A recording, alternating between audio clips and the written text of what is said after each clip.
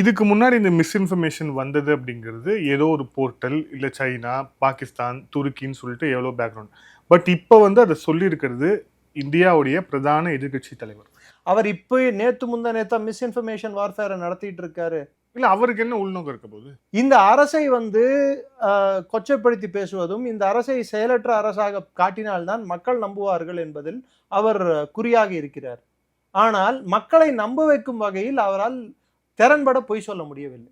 Surrender Modi என்னாரு, ஒரு காலத்துல மோடியை வந்து டிமானடைசேஷன் எடுத்து வந்தப்போ வேற வேற பேர்ல கிரிட்டிசைஸ் பண்ணாரு.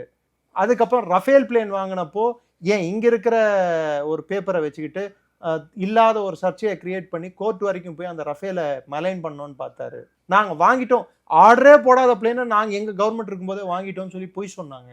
ஏன் வாங்கலன்னு கேட்டா பணம் செடியில காய்க்குதா, எங்க பணம் இருக்குன்னு பிரதமர் வந்து பணம் செடியில காய்க்குதான்னாரு. அன்றைய பிரதமர் திருவாளர் மன்மோகன் சிங் அவர்கள் எந்த ஆர்டருமே அவங்க பீரியட்ல போடல. இந்த அரசாங்கம் வந்த அப்புறம் தான் ஆர்டர் போட்டு வெப்பன்ஸை வாங்கினாங்க. அது இல்லைன்னு சொல்ல போறோமா? அப்படி இவங்க பீரியட்ல வாங்கின வெப்பன்ஸை வந்து அதுல வந்து ஊழல் இருக்குன்னு சொல்லிட்டு ஒரு குற்றச்சாட்டு முன் வைச்சாங்க.